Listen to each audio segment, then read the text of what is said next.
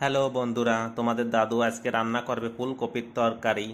তাই তো ফুলকপিটারে ফ্রিজ থেকে বের করে নিয়ে তোমাদের দাদু এইখানে দেখো ফুলকপিটাকে কেটে নিচ্ছে।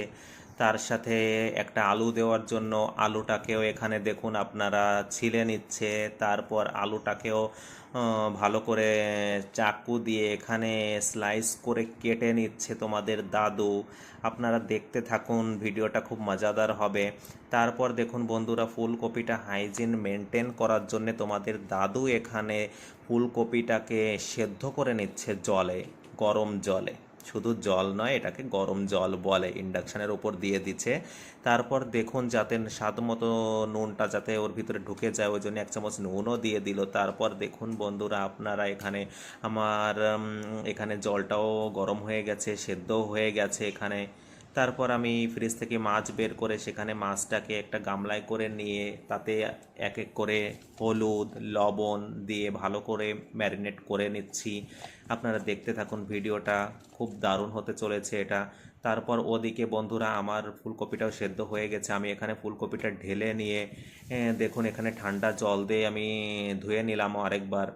তারপর এখানে আমি গ্যাসের উপর কড়াইটা চাপিয়ে দিলাম। গ্যাসের উপর কড়াইটা চাপিয়ে কড়াই গরম হতে না হতে আমি তেলটাও দিয়ে দিলাম। তেল দেওয়ার পরে দেখুন বন্ধুরা আমি একটা খুন্তি দিয়ে এখানে তেলটাকে আমি নাড়িয়ে নিচ্ছি মাছ ভাজি করার জন্য।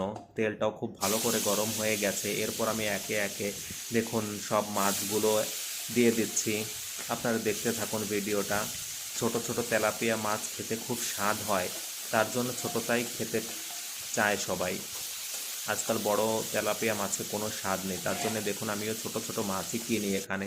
দেখুন বন্ধুরা আমার তেলাপিয়া মাছগুলো আস্তে আস্তে ভাজা হয়ে গেছে, লাল হয়ে গেছে। যখন লাল হয়ে যাবে তখন ভাববেন মাছটা ভাজা হয়ে গেছে। তারপরে মাছটা উঠিয়ে নিলাম। তারপর ফুলকপিতে দেওয়ার জন্য আমি এখানে জিরে আর ধনেটাকে একটু ভেজে নিচ্ছি। এটার ফ্লেভারটা খুব ভালো হয় তরকারিতে দিলে, তার জন্যে আমি এখানে জিরে আর ধনেটাকে ভেজে উঠিয়ে নিলাম। সেই গরম তেলে আমি তারপর তোমার আলুটা দিয়ে দিলাম। আলুটা আমি খুন্তি দিয়ে ঠিকঠাক করে নাড়িয়ে নিচ্ছি, নাড়িয়ে আমি ভেজে নিচ্ছি আলুটাকে। আলুটা লাল লাল হওয়া পর্যন্ত ভাজতে হবে। দেখুন হয়ে গেছে। তারপর আমি এর ভিতরে সেই ফুলকপি দিয়ে দিচ্ছি, সেদ্ধ করা ফুলকপি। সেদ্ধ করা ফুলকপি দেওয়া হয়ে গেলে এখানে আমি খুন্তি দিয়ে ভালো করে সেটাকেও নাড়িয়ে নিচ্ছি। নাড়ানোর পরে দেখুন বন্ধুরা আমি এখানে ভালো করে খুন্তি দিয়ে নাড়ানোর পরে এখানে এর ভিতরে একে একে করে তোমার হলুদ তারপরে লবণ এগুলো দিতে হবে। দেওয়ার পরে দেখুন আমি একে একে সব দিয়ে দিচ্ছি মশলা। তারপর আমি এখানে ভেজে রাখা মশলাটাও বেটে নিচ্ছি। এটার ফ্লেভারটা জাস্ট ওয়াও, এজন্য আমি বেটে নিলাম। তারপর দেখুন আমার এখানে ফুলকপিটাও ভাজা হয়ে গেছে। তারপর আমি এর ভিতরে জলটা ঢেলে দিলাম। জল ঢেলে দেওয়ার পরে দেখুন এখানে আমার জালটাও উঠে গেছে। আমি তারপর ভাজা মশলাটাও এর ভিতরে দিয়ে দিচ্ছি। দেওয়ার পরে দেখুন বন্ধুরা ফ্লেভারটা যা আসছে না কি বলবো আপনাদের। তারপর আমি এর ভিতরে ভেজে রাখা সেই মাছগুলো একে একে দিয়ে দিচ্ছি। আপনারা দেখতে থাকুন, একে একে আমি মাছগুলো সব দিয়ে দিলাম।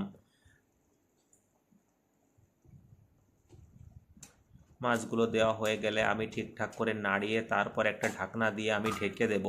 আমি ঢেকে দিলাম। তারপর দেখুন সেদ্ধ হয়ে গেছে। আমি ঢাকনাটা উঠিয়ে দেখলাম আমার সব সেদ্ধ হয়ে গেছে ফুলকপি আর আলু। আমি ভালো করে নাড়িয়ে নিচ্ছি, ঝোলটাও টেনে এসেছে। তারপর আমি লাস্টে ফুলকপির গন্ধ দূর করার জন্য আমি 1 চামচ এখানে গরম মশলা ইউজ করলাম। আপনারা দিতেও পারেন, আপনারা নাও দিতে পারেন, কোনো ব্যাপার না। কিন্তু গরম মশলাটা ইউজ করলে ফুলকপির এর যে বাজে গন্ধটা থাকে সেটা আর থাকে না। তারপর দেখুন ঝোল শুকিয়ে এসছে। আমি এখানে গামলায় নামিয়ে নিলাম বন্ধুরা। আপনারা পাশে থাকবেন, সাবস্ক্রাইবার করে দিবেন প্লিজ, একটু হেল্প করেন সবাই মিলে।